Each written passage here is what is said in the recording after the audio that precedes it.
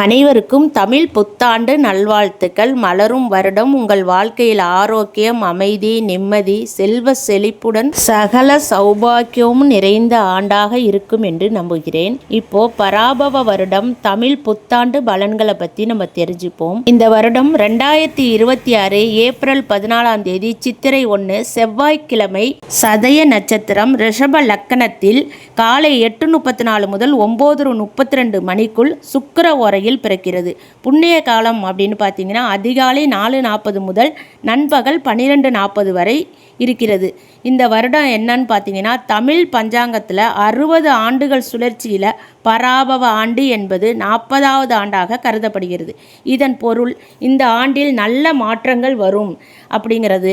அதாவது மனமாற்றம், உலக மாற்றம், சமூக மாற்றம் என நல்ல மாற்றங்கள் நம்ம நாட்டில் ஏற்படும் சக்தி மிக்க ஆண்டாகவும் கருதப்படுகிறது. பருவமழை பருவம் தவறி பெய்யும். பால் உற்பத்தி அதிகமாக இருக்கும். கால்நடைகள் நல்லா வளர்ச்சியாக இருக்கும். விவசாயத்துறை முன்னேற்றம் அடையும். மக்கள் வாழ்வாதாரத்தில் கொஞ்சம் சவால்களை சந்திக்க வேண்டி வரும். பொருளாதார ஏற்றத்தாழ்வுகள் வரும். உலக சந்தையில் ஒரு மாற்றம் வரும். உலகளாவிய சுழற்சிகள் ஏற்படும். தொழில் முன்னேற்றம். அதே சமயம் இணையவழி மோசடிகள் அதிகரிக்கும்.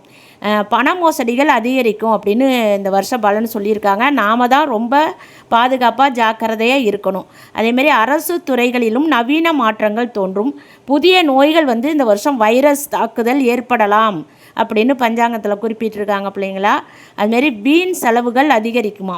அபாயம், மன அழுத்தம், குழப்பம் வரும். அதனால் நாம் அதற்கு தயாராக திட்டம் போட்டு நம்மளோட செலவுகளை கட்டுப்படுத்தி எது தேவை எது தேவையில்லை என்பதை ஒரு முறைக்கு பல முறை யோசித்து செலவு செய்கிறது நம்மளோட சேமிப்பை அதிகரிக்க உதவும்.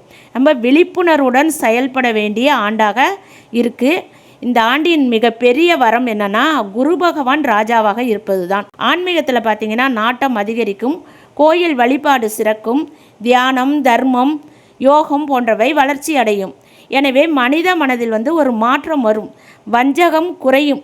நல்ல எண்ணம் உருவாகும். மக்கள் நல்லவர்கள் யார், கெட்டவர்கள் யார் என்று புரிந்து கொள்ள தொடங்குவார்கள்.